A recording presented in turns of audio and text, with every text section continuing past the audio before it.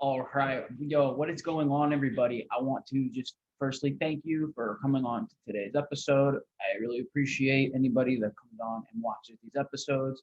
If you do like this episode, make sure that you do like, subscribe, and please comment on this video if possible, because it really helps the algorithm out and it helps me get to a little bit more viewership. So if that's something that you are open to doing, please go ahead and do that. I just wanted to make an announcement before we have our guest on for today, Sebastian. Sebastian was a training partner of mine when I went over to Ambush Jiu-Jitsu Club in New Jersey, and we had absolutely great rounds. He really put it to me, and he recently has been winning some tournaments, and he's been up in the brown belt rank now, and he seems like a very chill guy. He seems like a very cool guy, so I'm really excited to have a conversation with him and see what his journey was like and see if we can extract anything awesome out of it. So I'm really looking forward to it. I hope you guys are as well. But I did just want to make sure that this does get out there, as there is only one more week left for this. It's going to be, I put on a 2-week pre-order. It's been a full week now. So I just want to make sure that everybody has the opportunity to get it if they do like it.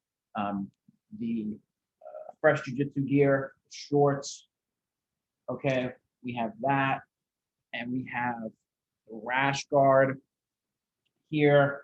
This was the competition rash guard that I ran, that I'm running in, and I'm just doing a short little pre-order. If people like the design, if you want to support, if it's something that you would rock and you want to take a look at it, there's a link down below. There's only one more week left of pre-order, so I think it's June 8th is the last day, and then we're going to start shipping out. I really appreciate everybody that has purchased so far. I'm going to be having some other designs coming up in the near future as well, if this is something that's not to your fancy. But regardless, I am more than happy to keep running these podcasts, and I'm excited for you to listen to this conversation today. So sit back, relax, and enjoy.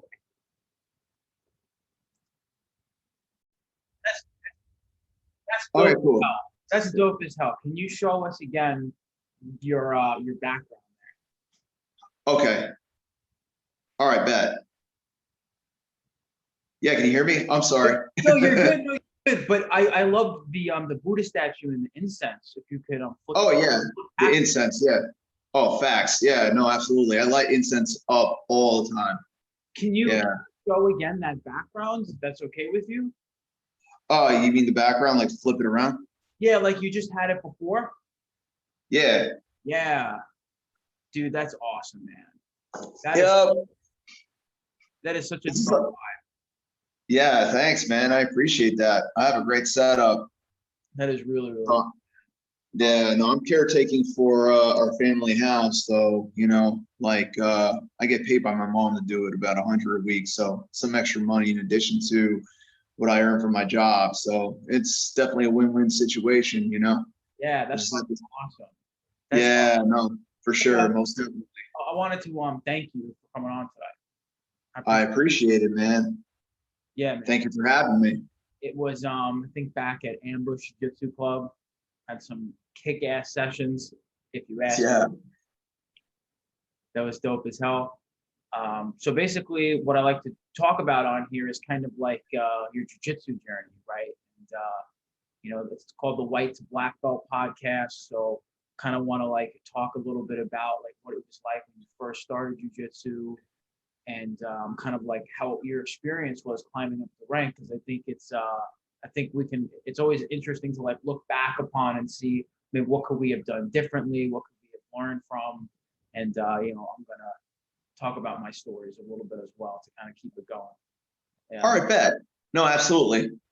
So if that's cool with you, tell me a little bit about like what it was like for you when you first started jiu-jitsu. Like what even got you, like what made you even know about jiu-jitsu? Well, basically I was introduced to jiu-jitsu by my cousin a long time ago. I don't know, like when I first started out, I just pretty much started off as a hobby, something to keep in shape, defend myself. And then as time went on, as time progressed, I fell in love with it. But here's the thing, like when I first started out, I totally sucked, just like everybody else.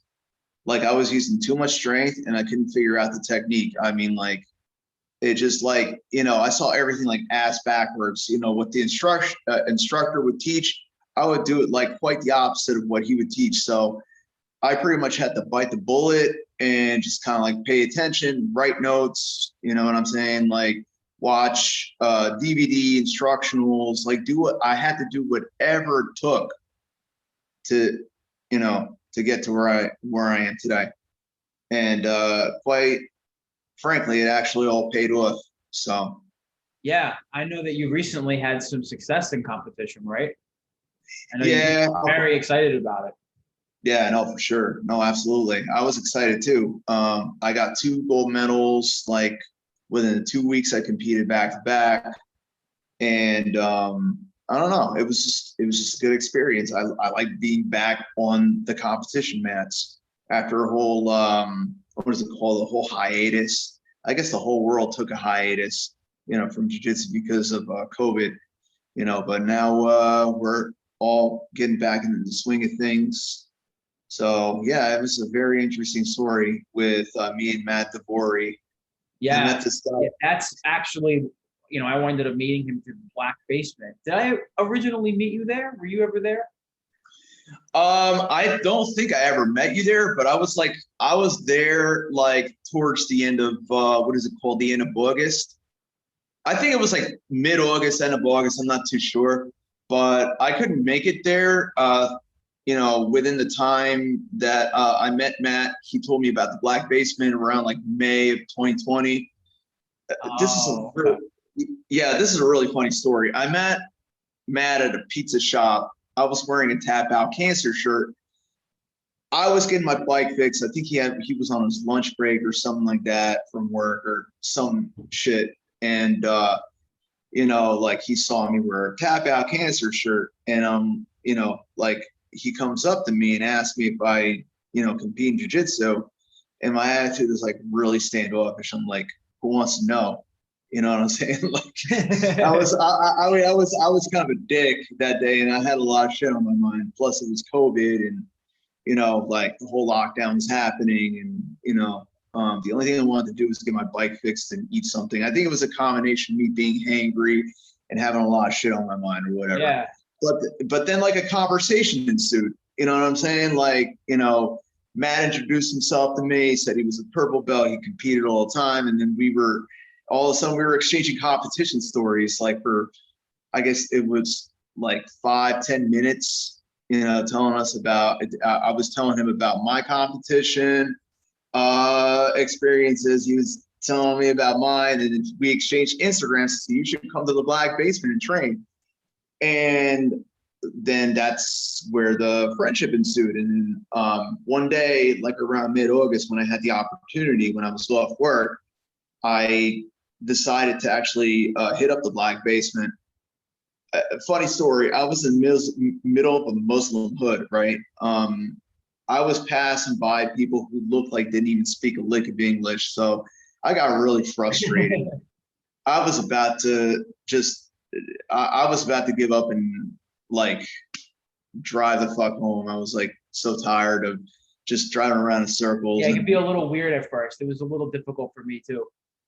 Yeah, yo. I think I drove past it like 3 times before I even like got to it. Yeah, no, for sure, bro, for sure. No. And then like what is it called?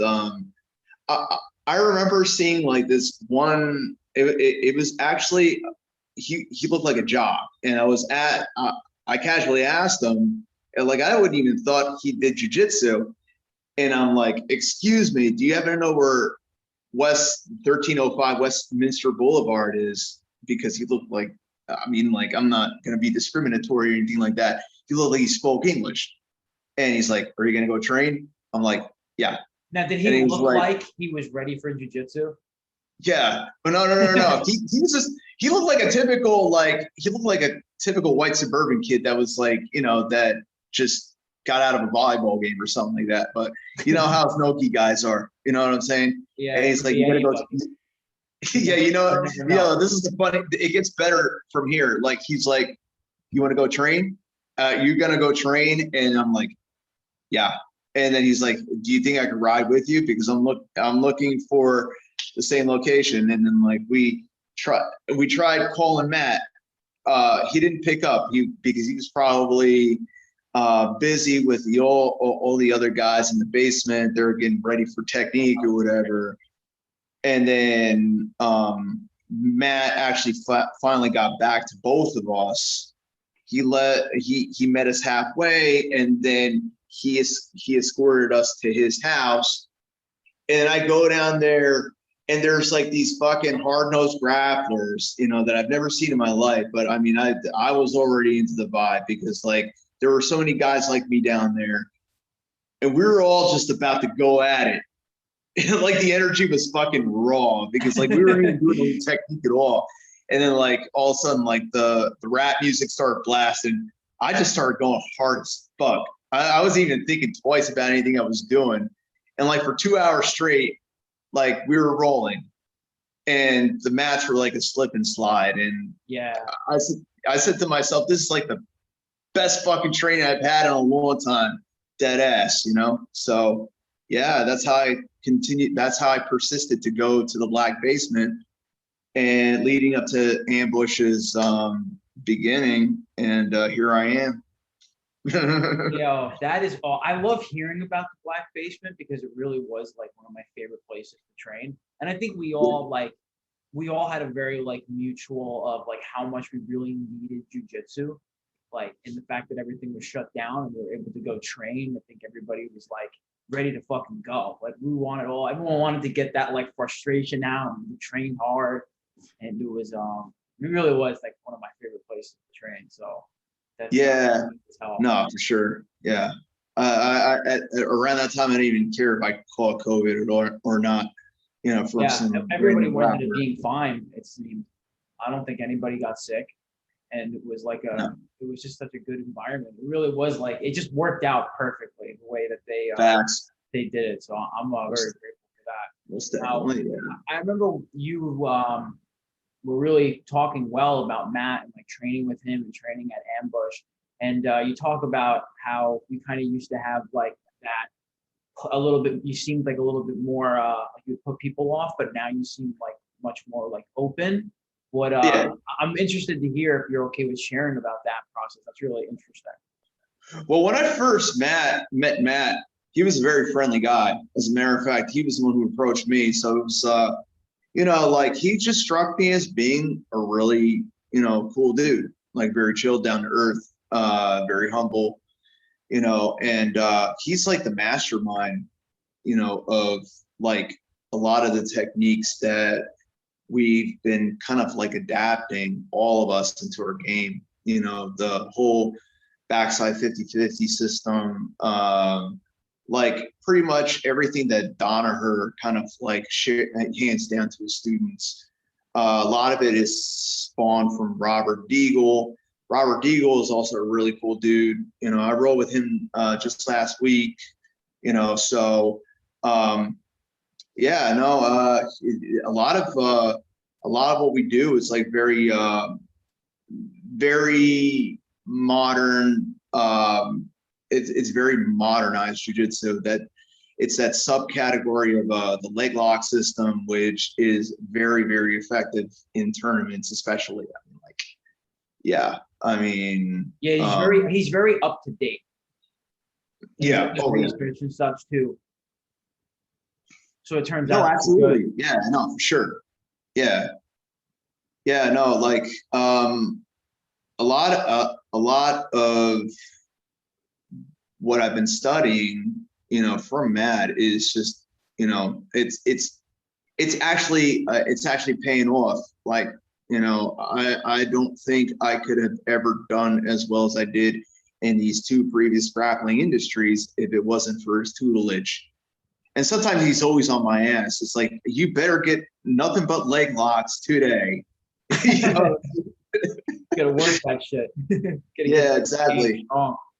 Yeah, no, for sure. No, but he breaks my balls about it, but I mean, he means very well, so yeah, he's giving you like it's encouragement. It's you need that. You need a little bit of like a kick in the ass sometimes, and like get yourself. No, for sure. Yeah, I was lucky enough to be a student of Rob Deagle for like a couple of years, and he was obviously great. And he was the one that originally like got me over there, and Brad the Bard, if you know who that is.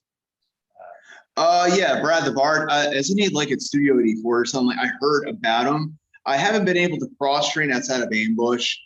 Reason being is because I just like, I found Ambush, and like I just want to kind of establish a home before going to any other gym training. Yeah, absolutely.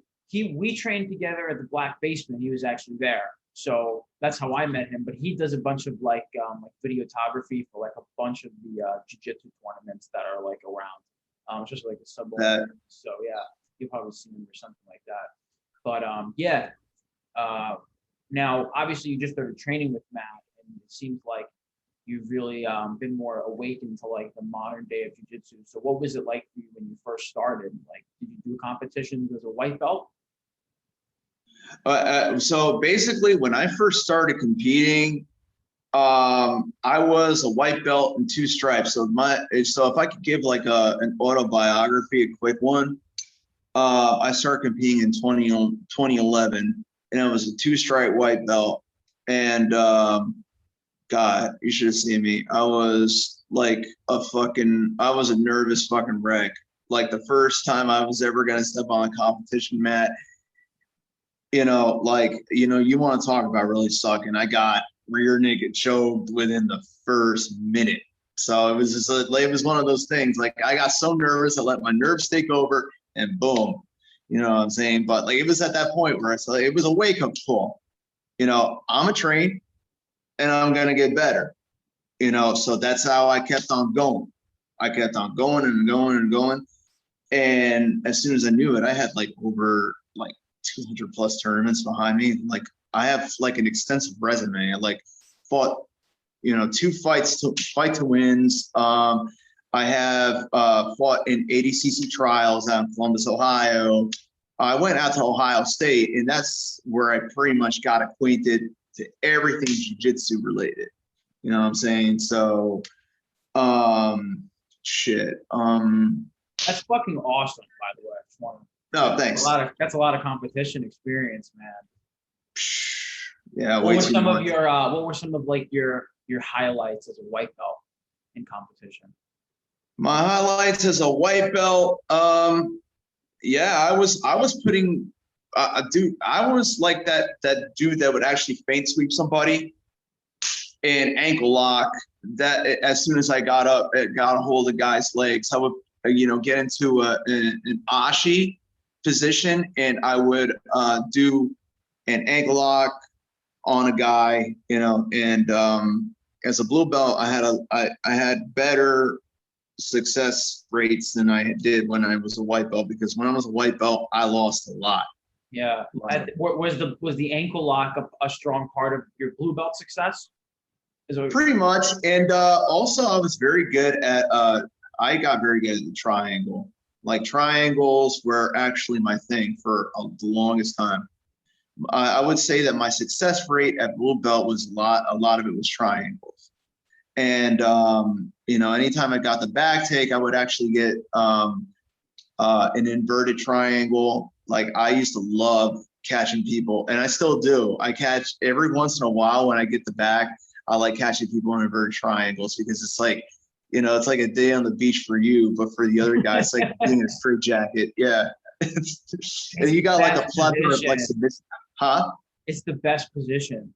You got everything from there. I think, correct me if I'm wrong, but I think at blue belt level, I think the highest percentage submissions are probably ankle locks and triangles.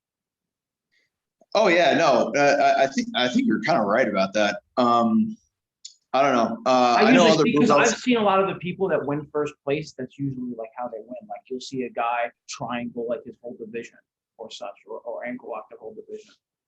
Shit, there are even old photos of me like triangling people. Like there are even videos. And God, I used to try like in the absolute division. I used to triangle some big motherfuckers. Like.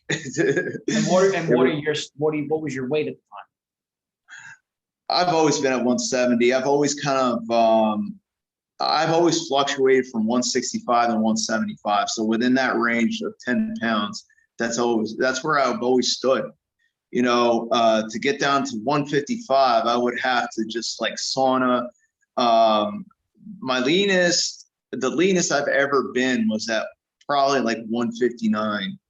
And I was lean, but I was like, I looked like I just got out of a concentration camp. So, You I mean, probably had very low energy. Probably felt like shit. oh my God. Yeah, no, I felt hazy. Like I felt good, but like the minute I started fighting, I felt weak. I felt like I was carb dehydrated, things like that. Like, nothing that you would typically feel if you were like, fighting at your regular weight. You Yeah, know what because I'm it's well saying? fed. Yeah, That's always a exactly. discussion, right? Like, is it when does it become worth it to lose weight but possibly lose that energy, vice versa? Yeah. Oh yeah. I mean, if you're training for an MMA fight, it's a whole different ballpark because like the other guy's doing the same fucking thing. And MMA in itself is just like it's like a whole different animal from jiu-jitsu. Mm. And that's only So, one fight too. mhm. That's only one fight. It's like one big fight you've been preparing for 6 months. Rather than in jiu-jitsu, you might compete way more often and more frequently, right? Oh, for sure, most definitely, man.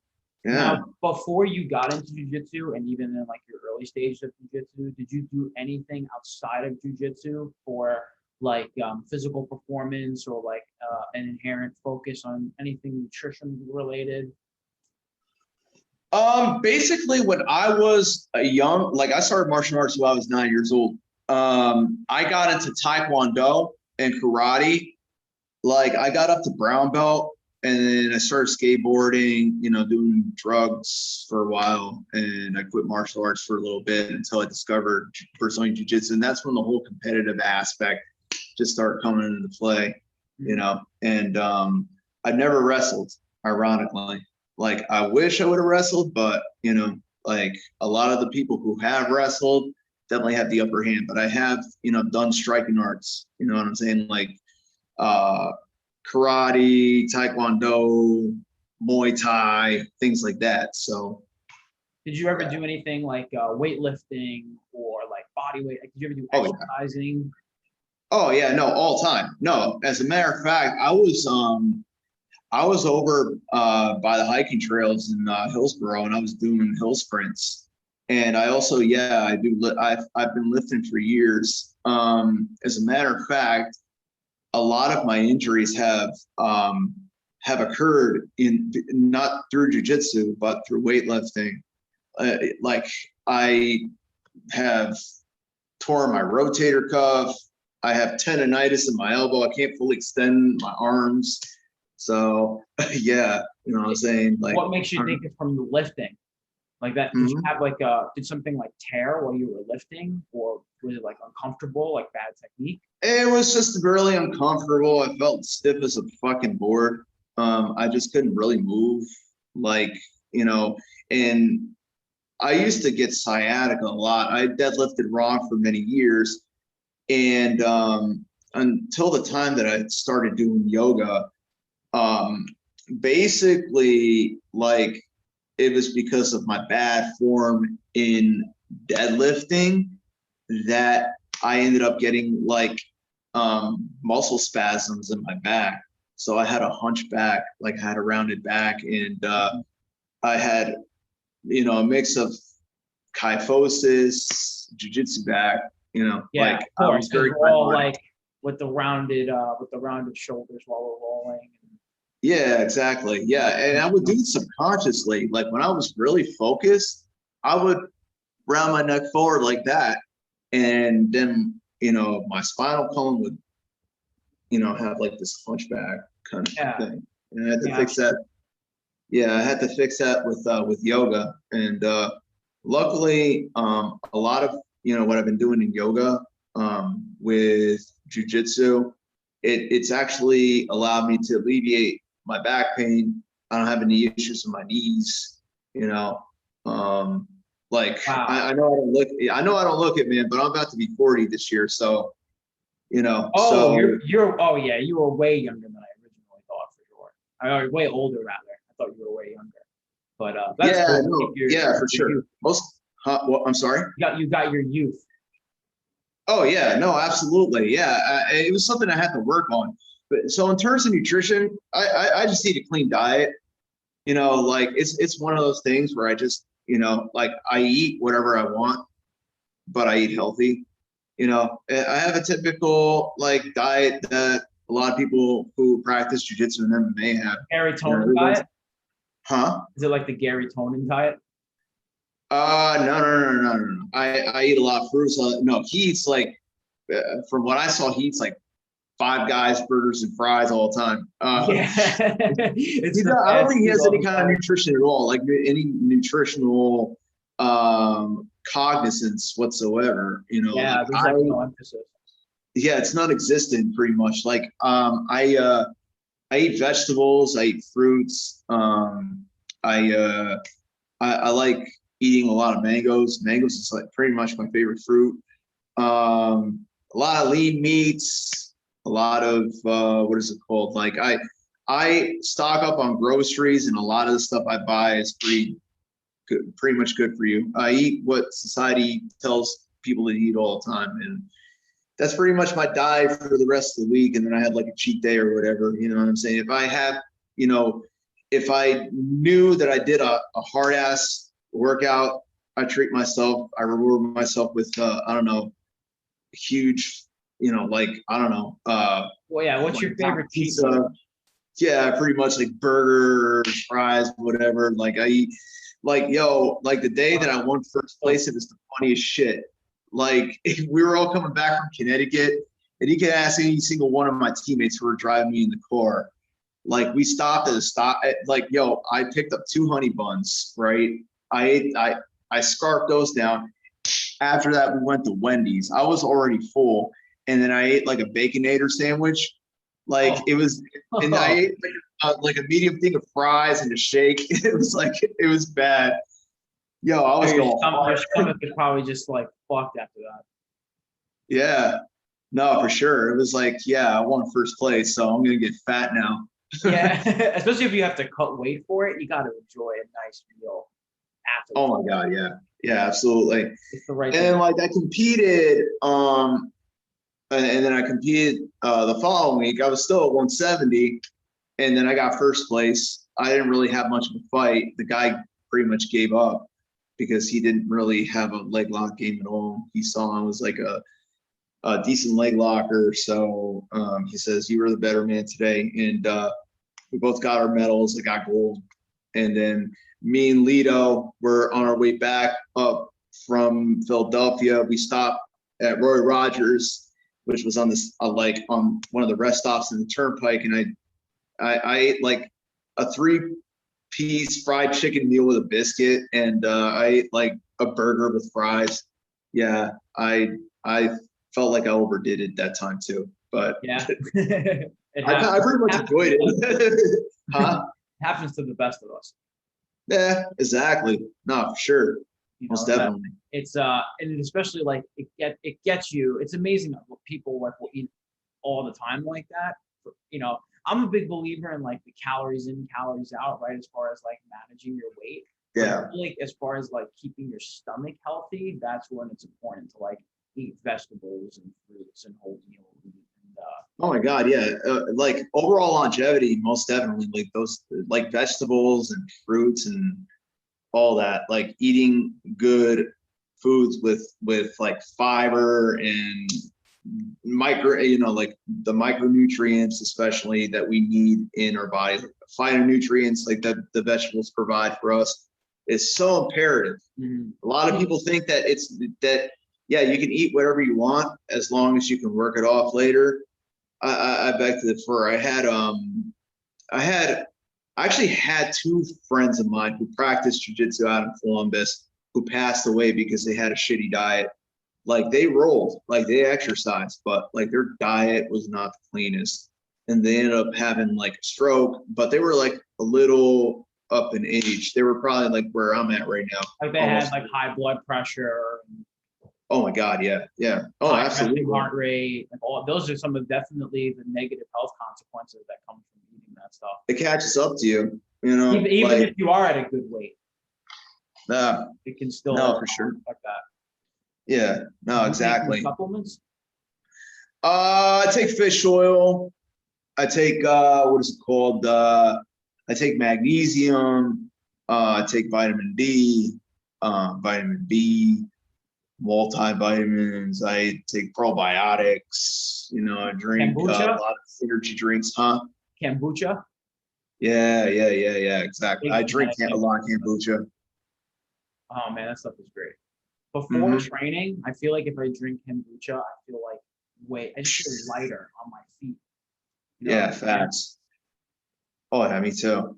Yeah, it's like the perfect free workout because I think what probiotics do is that it enhances the digestive system. It kind of it gives it a little bit of a jump start so that you can actually process the food you ate earlier better than, let's say, I don't know.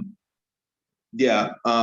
Let's just say that probiotics are actually like, you know, I guess you could say that they're like the digestive enzymes that we do need to help with food metabolism and stuff like that. So It's been proven to like improve the digestive rate. Absolutely. Um, yeah. Now, when you were competing as a blue belt, did you wind up having like any like big competitions for you? Like, what was your highlight as a competitor then? You mean, as a blue belt, I remember competing in Grappler's Quest in Columbus, Ohio. This was back in 2012. I was 30 at the time, and a lot of those fights were pretty much, you know, kind of like highlight fights. Like it wasn't really a highlight fight, but I mean, it was grappling tournaments, which led up to a lot of my highlight fights began in purple. You know what I'm saying? Like that's when I started competing in sub onlys and things of that nature. And that's when I started competing with bigger fish. But like I would say Grappler's Quest 2012, Columbus, Ohio. I think it was like May 19th. It was one of That's when you were a purple belt. that was when I was a blue belt. Okay. So when I was a blue belt, I competed against guys like Cody Stevens, which is a local MMA, who is a local MMA fighter in Ohio.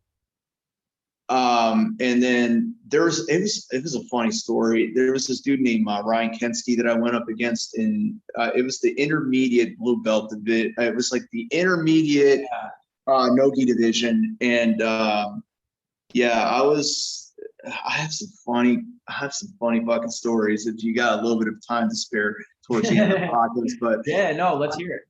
yeah, okay, cool. All right. So, all right, before I actually matched up with Ryan Kensky, all right, so there were these couple grapplers, like, you know, I would say that they were just like some bums, you know what I'm saying? Like, there was this kid that I was facing off against whose rash guard smelled like death. It literally smelled like the equivalent of a rotting carcass. You think it was on purpose? I don't know. Like some of those, you'd be surprised that some of those cats actually do that. You Yeah, know, no, but I believe it. I think especially you more. I don't know if you're meaning to their jiu-jitsu technique or just about the way that they're wearing their clothes or whatever. But if they were like bums, like you know, maybe they. yeah. Well, maybe it could be natural then. I don't know. It was like Who knows? people? Who knows what the case may be? But it smelled like he hadn't washed his rash guard from the night before. He worked, you know, for training, and he never bothered to, you know, to wash it in the washing machine or whatever. Like he just wore it to train, and then had it in his car for a few days and just wore it. And that's what it pretty much reeked like. And so then I just like he was just using all strength on me, and he just ended up getting really tired. So there was like, you know, there was an opportunity for me to sweep him. I swept him, and so I got into side control, and I transitioned to north south, and then I got him into like a north south Kimura position. I believe this is this is really, really funny. I literally ripped ass on the guy's head. And then like he let go of literally let go of his grip on his no-gi. And I took his arm, like first I did it in this direction and I pulled in the other direction. I ended up getting the Kimura arm lock on him. Hey, if he's doing it to you, you got to do it to him. Yeah, exactly. No, for sure. Yeah. And then, this is the funniest story. Like there was another dude with a smelly rash guard. He was wearing wrestling shoes. And this dude was not a wrestler. I literally took him down. Like he had no wrestling stance whatsoever. So he looked like his stance looked like he was walking on stilts. He like lost a bet. Yeah, pretty much. I did like this takedown where you do like an arm drag transition to a single leg into a double leg. And I took his ass down. I scored my 2 points and he managed to get on top and I pulled a closed guard on him and he tried stacking me and he was doing this motion with his head underneath my chin. Basically he ended up giving me ringworm. He just like literally doing this with his scalp, and rubbing it like a cat underneath my chin. And I got so mad that I ended up sweeping this dude. I took his back, I put him in a rear naked choke, and that was the end. And that like pushed you a little extra aggressive in the match. You're like, fuck this, like. Probably. Oh, I was mad. I was angry. If it's like, I mean, that's just kind of like disrespectful if you're going to show up gross. Oh my God, yeah. You know, if you like are purposely leaving your nails long or like leaving yourself gross to like get a competitive edge, that's like sad. Yeah, exactly. Like I've fought different kinds of like just up until recently, I thought I had staph, but it was like an ingrown hair. Luckily. You know what I'm saying? Like, there's always a probability that you're going to get a skin disorder being on those mats because a lot of those dudes, they walk on and off the mats without shoes. And yeah, I think especially at competitions, right? Like, I feel like it's definitely one of those things that not a lot of people talk about, but everybody has dealt with. But everybody's had it. What we can really do is just try to keep ourselves clean and be like responsible with each other, right? Like if you have something, you have to honestly take care of it and try your best not to spread it. But of course, what probably happens is like there's competition, and when someone's like, if they're not hygienic and they don't care, and then they go to this one tournament, and then they go to, how many matches they have versus everybody that's going to be on the mats, and then everybody that's all these different schools, and all it takes is one disgusting person, right? Oh yeah, no, absolutely. And I think that one gross, that token scumbag, I don't think he cares because he knows he's going to a fight anyways. He doesn't care who he gets gives ringworm to or staph to. You think he cares? No, we're in a fight, and that's one of those rivers we have to cross as competitors. You know what I'm saying? So, does that make sense at all? It does, and I think we can. I really appreciate the truth out of it. I don't know if you've listened to it's funny how you brought this up. I don't know if you've listened to the Joe Rogan, John Danaher podcast at all. I did not. I'm still having to listen to it actually. It just recently came out, and Danaher actually they actually had a discussion about exactly this, and like he talked about the infections that happen on the mats and stuff like that. It's like no, for sure. It can happen, especially if it's like apparently sun is a huge factor of it. Where if you have a lot of sun and you get a lot of sun exposure, it decreases the risk of you getting it. And they're talking about like the comparison of like New York, Puerto Rico, and it was definitely an interesting thing to hear about it. Now there was one thing I wanted to bring up because you brought this up before. It was about your transition from weightlifting to yoga, and I was really interested in hearing more about that. I actually just started doing hot yoga like recently, and I feel really, really good. It's been a lot of fun recently. So is that something that you've ever experimented with, the hot yoga?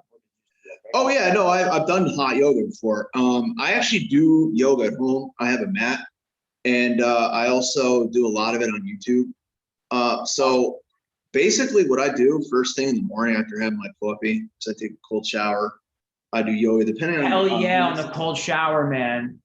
I'm with Yeah, that too. yeah, no, like I've been doing like Wim Hof's breathing technique. I recently got into that, by the way, but Awesome. with the yoga thing, I've been doing for years. So, all right, like I didn't completely give up on weightlifting. Like I still lift. I'm just more mature about it. I'm not doing the same stupid shit I was when I You was. learned your lesson. You started having Yeah. to perform better technique. Yeah, like when I was 28 years old, I was on one. I was most definitely on one, you feel me? But like yoga, fuck, I love it. I just love it. You know what I mean? It makes me feel good throughout the rest of the day. You know, I get my day started right, whether I know I'm gonna have a bad day or a good day. You know, when I do yoga, it literally just like detoxifies me. You know, like doing all the twists and doing all the different kinds of balance moves, the asanas, and all of that. It literally makes your spirit more bright. You see what I'm saying? It aligns It's all so your good for like chakras. Yeah. your mental clarity. That's one of the big things I've come to find is like I think they just do this in the class and stuff, but I'm sure you've heard of it. They talk about like stillness and like it's a very meditative exercise. Yeah, no, absolutely. No, for sure. Exercise, a combination of everything, like a good diet. You also got to surround yourself with good people because, like, when you're not surrounding yourself with like the right kinds of vibes, I mean, whether you do yoga, whether you meditate, whether you eat healthy, whether you do this, that, the other, blah, blah, blah, blah, blah. If you're not surrounding yourself with positive people and you're refusing to cut those people out for whatever reason, they could be like long life family members or something like that, or they could be like, you know, friends that you had since childhood, whatever the case may be. You keep those people around, it's kind of like keeping you anchored to the ground and keeping you from like sailing on, you see what I'm saying, into a higher state of being. You know what I'm saying? Like you, I 100% like, agree. yeah, I you think got, people can be yeah. like they can be toxic. Like people can literally drag you down. I don't know if you seem very into like meditation and stuff like that, right? Like self-improvement. Oh yeah, no, absolutely. I Yeah. don't know if you Hmm. oh sorry for Okay. cutting you off, but I was just curious if like if you do reading, if you like read books. Oh, what do you mean? You need books? Like, Yeah, just I don't know if you've ever heard of like Robert Greene and like read those types oh of yeah, like 40 Laws of Power, yeah. Mastering, books like that. Yeah, no, absolutely. I read a lot actually. I was brought up. Okay, so my long story short, my mother is a distinguished professor in literature, and she's got a doctorate in it. So I was pretty blessed to have the parents that I had. You know what I'm saying? And she would make me read for an hour every day when I was a kid. And I still, to this very day, like, you know, I still read books. You know, like a lot of us are on our phones a lot. And I know sure to shits I am too. But, you know, reading for me has always been kind of like a big component of who I was brought up to be, like the kind of adult that I am. You know what I mean? Like I was brought up in my family to be an intellectual. You know what I'm saying? So, of course, you know, I read a lot of literature. Like I study a lot of literature in college. You know, I hear a lot of people say this saying that it's better to reign in hell than to serve in heaven. That was actually a quote by John Milton in his work Paradise Lost. And we had to do that for English lit class, and it was some of the best pieces of literature out there. Like I took English lit, and we had to actually read everything in Old English. We had to read Beowulf in Old English, and we had to write papers about it. Like I understood fuck all about the Old English. It was so hard to just. But I mean, luckily the professor was like really cool. Like he was just like a really cool guy, and he made the class as interesting as he could, given the situation. I think we got you muted there for a sec. Only knows how boring that is. We also have to read, other different stuff, like, I don't know. I mean, going to Ohio State was actually a really interesting experience. That's awesome. I got into self-improvement probably like 4 years ago, and one of the laws of power that you just mentioned actually that really stuck out to me was the one about how it's like hard to help the drowning man if they do not accept the help, and it's about like being around certain individuals, they just drag you down, and sometimes it's like up to us as individuals to be able to like let that person go and try to move on to something like more powerful, something more fulfilling, like just people in general. Yeah, no, for sure, absolutely. And like some of those negative influences I think Robert Greene mentions about are actually your friends, like, and how resourceful your enemies could be. Like you have to take advantage of your enemies and make them as your friends rather than having your best friend by your side, because I mean, I don't 100% necessarily agree with everything I read, but of course that that can't be far from the truth. Your best friends can actually grow jealous, and they can actually betray you in the end, put the knife in your back or whatever, what I'm saying? Like, but for the most part, I mean, yeah, like what Robert Greene was talking about made a lot of sense. And you cannot, okay, so when it comes to, how can I say, you always have to demonstrate this kind of charm and charisma about yourself rather than just being mad, because when you're angry, that shit doesn't, I mean, it not only does it put people off, but at the same time, I think anger and stress make people dumb. They make people do dumb shit. Like I literally just like saw the off the record. I saw like these videos from Michael Rappaport. Like he's been posting mad shit about people getting into fights in baseball games. Yeah, they like, like since they open up, like since like baseball season is on, like, and people have been going to more baseball games, basketball games, or whatever, there have been like slugfests. Like these, literally, like these baseball dads are like literally just like beating the ever living fuck out of each other. It's the funniest shit. Wow. And yeah. Watched it just looks like they have no idea what they're doing. Some of them, or is actually, it like land some really strong punches. Yeah, there was this one video of this dude that just that hit the guy right. He hit the guy right in the face and just start landing the punches correctly, and he was in the right places. And there were other people who were trying to break the fight up and trying to attack him. So, yeah, no, it looked like, yeah. I mean, it looked like a typical riot. It looked like a typical hooligan riot at a game, So like people were just kicking the crap out of each other, Holy over shit. teams. Yeah. That's crazy, man. Yeah, I see that a lot of times in like the sports games. Like people just go, fans just go fucking crazy at each other. Like they actually will fight over these teams. The teams don't even know who they are. Yeah, no, for sure. Yeah. Rooting against it. It's nutty. When you actually train in combat and you look at that, it's like, damn, that's they're like monkeys essentially. They're just going at each other. So yeah, I know we're kind of going on a little tangent of self-improvement. I really like it. And there was one part of self-improvement I was curious if you've had any thought about, or if you've heard about, and that's no fat. If you know what that is. What is it called? No fat. No fat. Yeah, I heard about it. That's like people trying to give up masturbation. They're trying to sustain from like masturbation and pornography. Oh.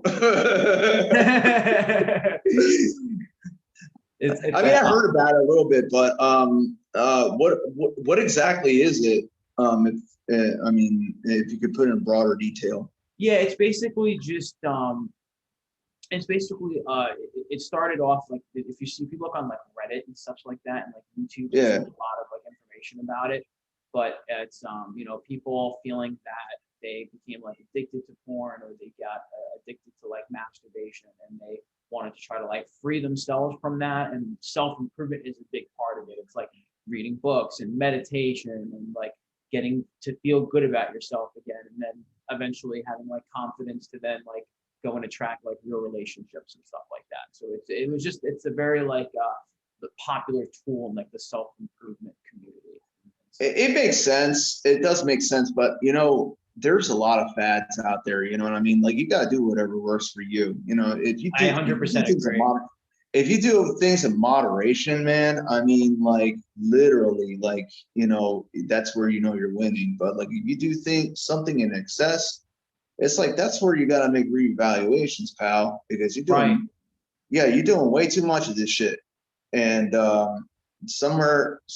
you got to take one step back in order to take two steps forward. And if you know that something is hindering you because you're doing it too much, like some people think they smoke too much pot, you know what I'm saying? Or they think that or they're addicted to gambling, like just like everything else, like sex, masturbation. I mean, like it's an addiction, you know what I mean? And it can be addicted if you let it control you. If you let it be addictive, then it's an addiction. Right. You know what I'm saying? If you do it in excess, it becomes excessive, and that's where it starts ruining your life, and that's where it hinders all your relationships. That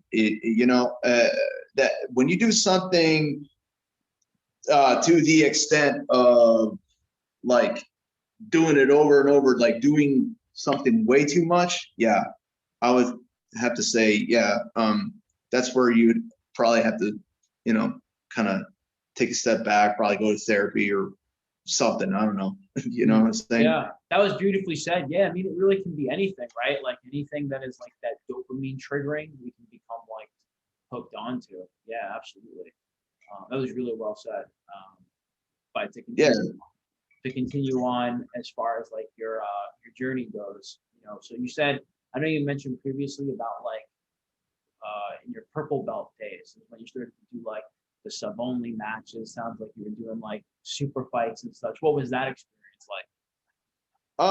Basically, like a lot of so I competed in like the early days of King of the Mat. Like there was like a lot of like it was some of the best grapplers in the Midwest. Apparently there were some people who were like East Coast cats. They came through.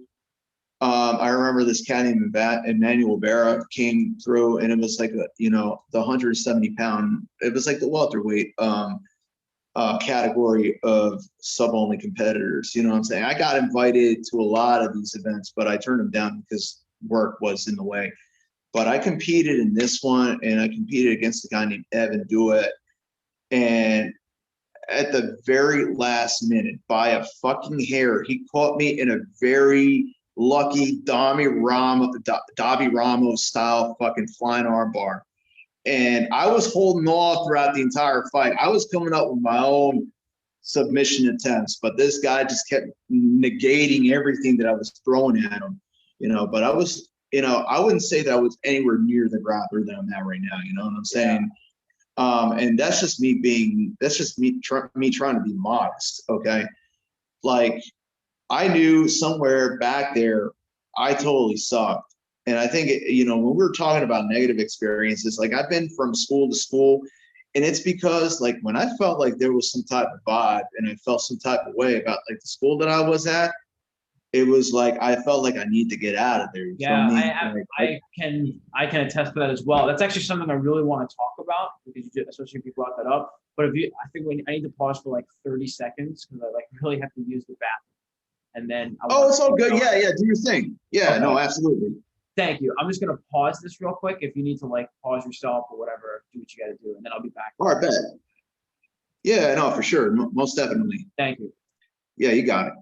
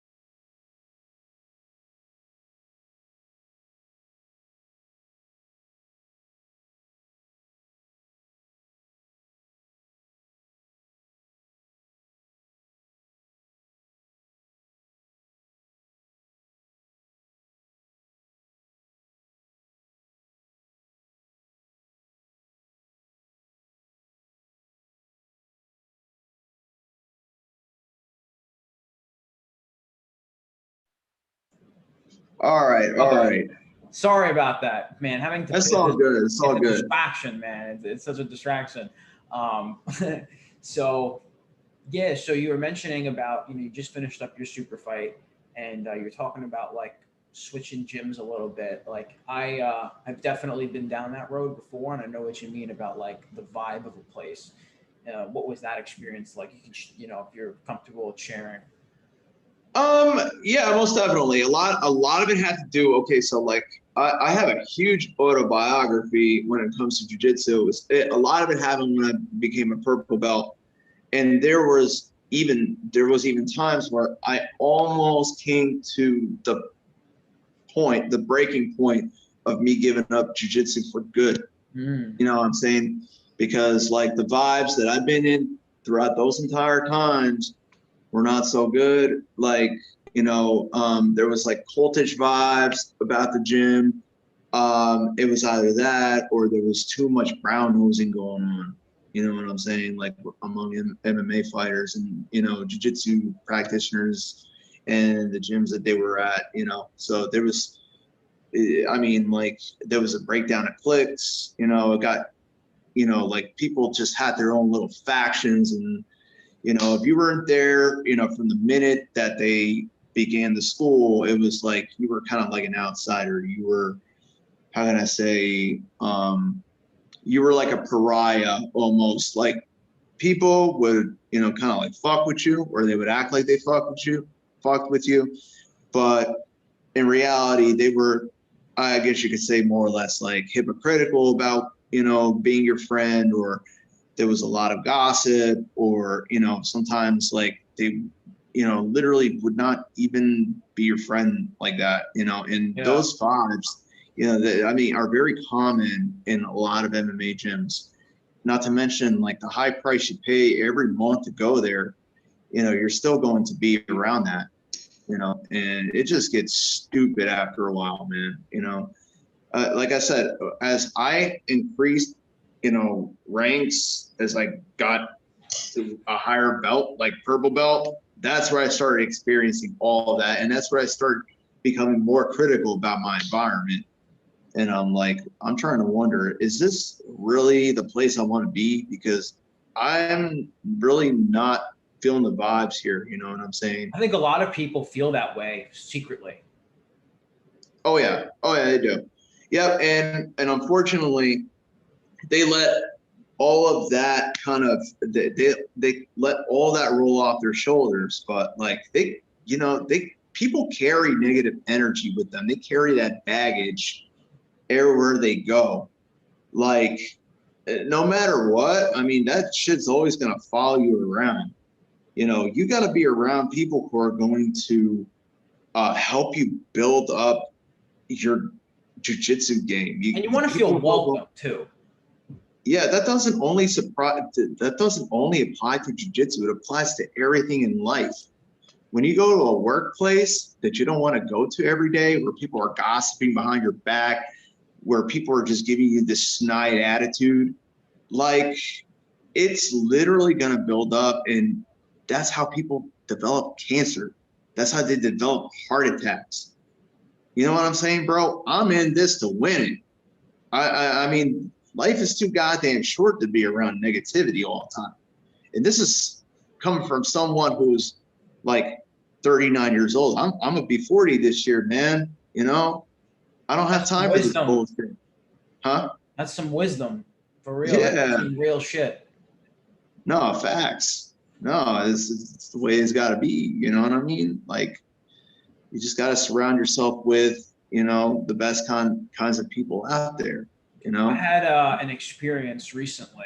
I moved from Long Island to South Carolina, Myrtle Beach, back last year, and I Yeah. started going to this gym nearby, and it was a really weird atmosphere. I didn't recognize it at first, but you know, they were very. It started to become very like anti-leg locky, and I'm sure you know what I mean by that from your experience. Like, Oh my God. Yeah, yeah, absolutely. I it's know not, too and, much about I it. just told you, I trained with, at Rob Deagle. I trained at Sarah's. Like, it was leg locks were always part of the game, and it was like it kind of turned them off. And there was even some people that were like wearing future kimonos, And like, I was trying to like vibe with that. Like, yeah, like, you know, you guys watch like the DDS guys, and they were just like, kind of like turned me off. Like they kind of were like, I felt like they were like being kind of jerkish to me. And it was like really making me like question training and like what I want to do in the sport. And then what happened was I ended up getting referred to like a different place, and I absolutely loved it. Like the people were just so welcoming. There's people from like all around the area, different places in the country come to the gym, and it's a really cool place. Yeah, I think environment absolutely plays a huge key in development. I'm sure that's probably what helped you when you like did that and started going and like ambush. You mentioned like you really felt your game increased when you went over there. I feel like there was, I mean, I felt like God was on my side with that. I felt like, you know, whatever you want to call it, God or the universe, I felt like the universe kind of wanted me to bond with the right kinds of people. And I knew that, you know, somehow or some way, I established a relationship with Matt. And I feel like I guess you could say, you know, everything happens for a reason. Like there was a reason for me to actually transition to that school, because the school that I was in before that, I mean, I still have some really good friends from that previous experience, but nothing like, you know, what I'm experiencing right now with Ambush. I mean, like, we're all friends. Nobody hates on each other. Nobody gossips. Nobody, you know, backbites each other. You know, we just go there, we train, we work hard, and we go home. You know what I'm saying? And like, even afterwards, like if you want to sit and powwow with each other, you know, like shoot the shit, I mean, you're more than welcome to do that. It's just that kind of environment. It's so conducive to friendship. And I believe that's what Ambush stands for. And also, like every single one of us are like gentlemen. Like the kind of demeanor, you know, shaking hands, saying what's up, you know, like that's what jiu-jitsu is all about. It's all about caring for each other, like actually having like love for each other in a room, being like considerate to people. You know, yeah. I think there's a mutual understanding of like everybody goes through shit, and I think that, you know, obviously for a lot of us, jujitsu is like this, like one of the best things in our lives, and I think it like we all come there to train and to get better, and I think when the atmosphere is like that, it produces like magic, like it's an experience when you're training. Oh yeah. No, absolutely. No, that's what training should be about. Like, and that's what, you know, being in a martial arts school should be about.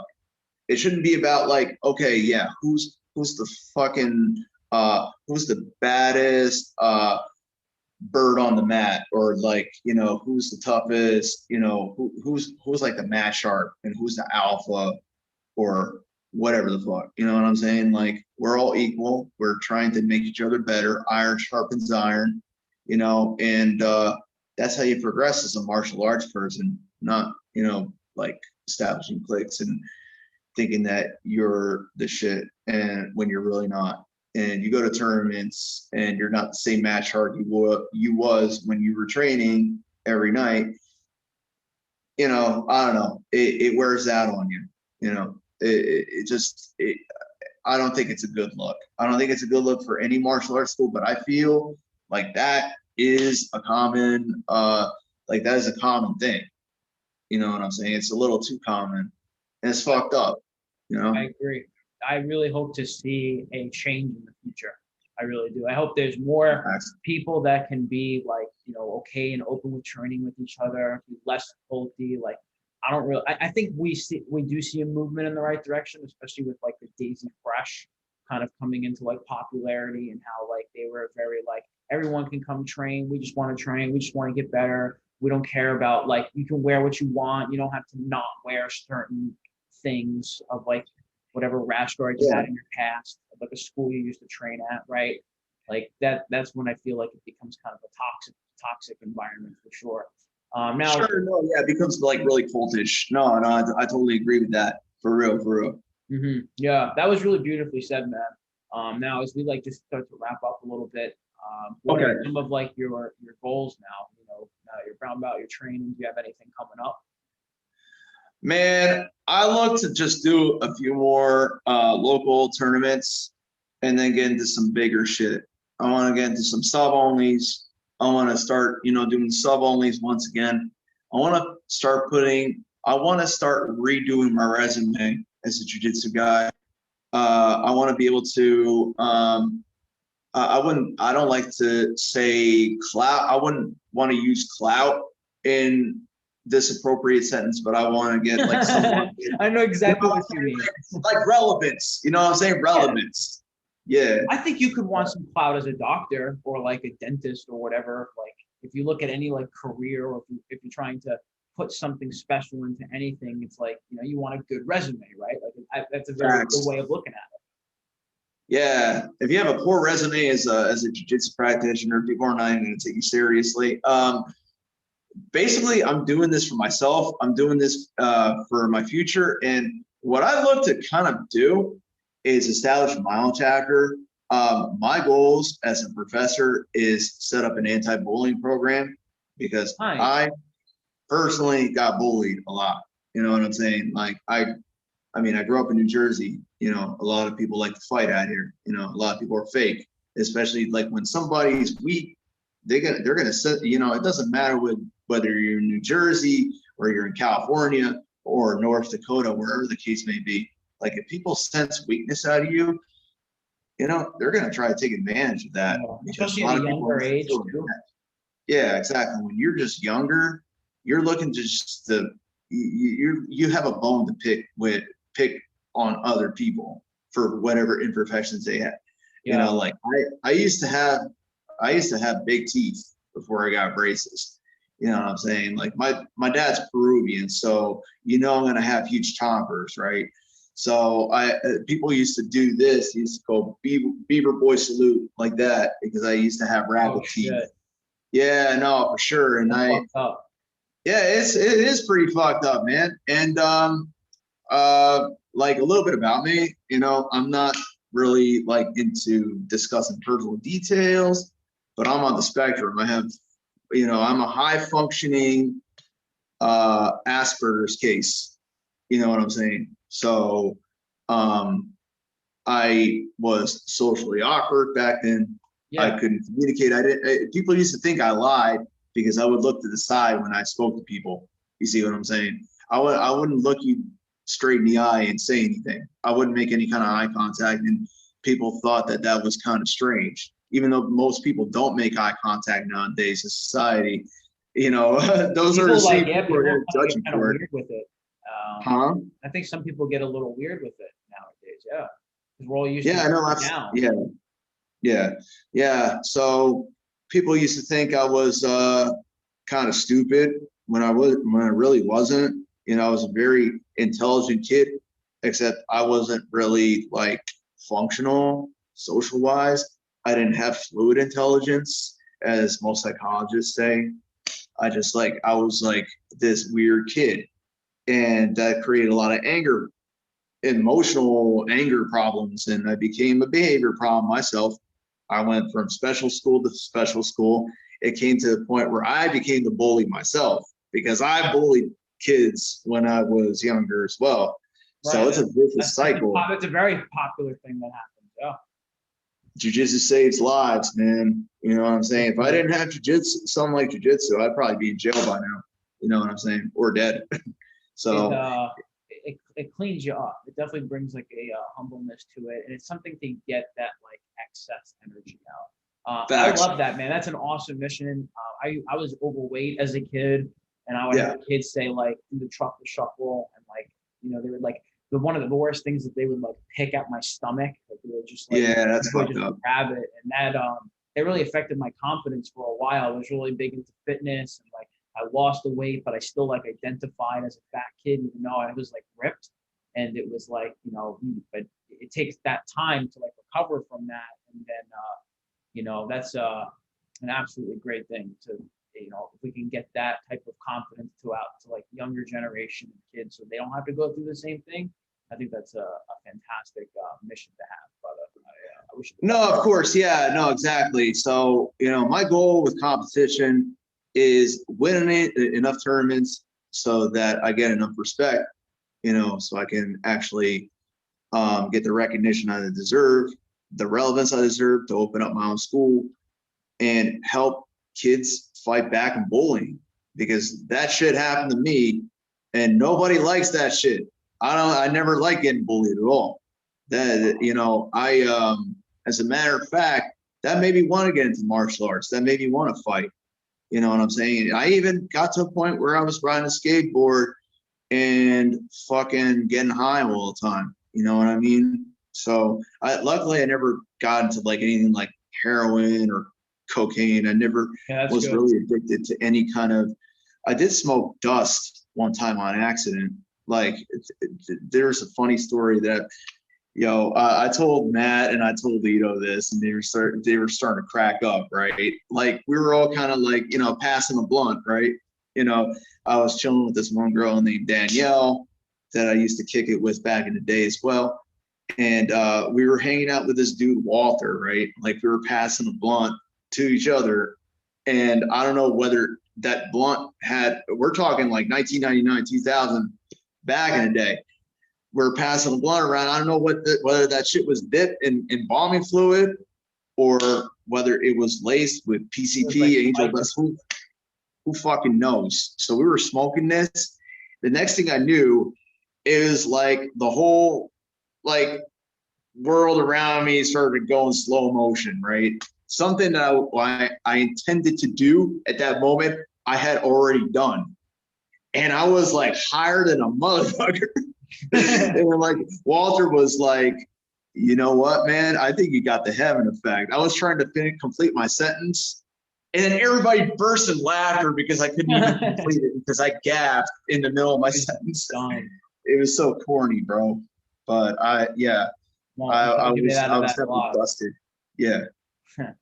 Well, anyway, man, I gotta get going. We gotta get to training. Cool. You got some training tonight as well, I know, right? Yeah, 8 o'clock. 8 o'clock tonight, 8 p.m. Okay, I got 6 o'clock here, man. Sorry I had to move the time, but I really do. Oh, it's all good. Man, I appreciate you fitting me in. Appreciate you moving the time, bro. And that was a great conversation. Thank you again. I appreciate it, man. I appreciate your time. Yeah, we'll get some training in soon when I come back to the north. Facts. All right, cool. We'll talk very soon. All right, take care, man. Have a good one. Peace out. Likewise, you too.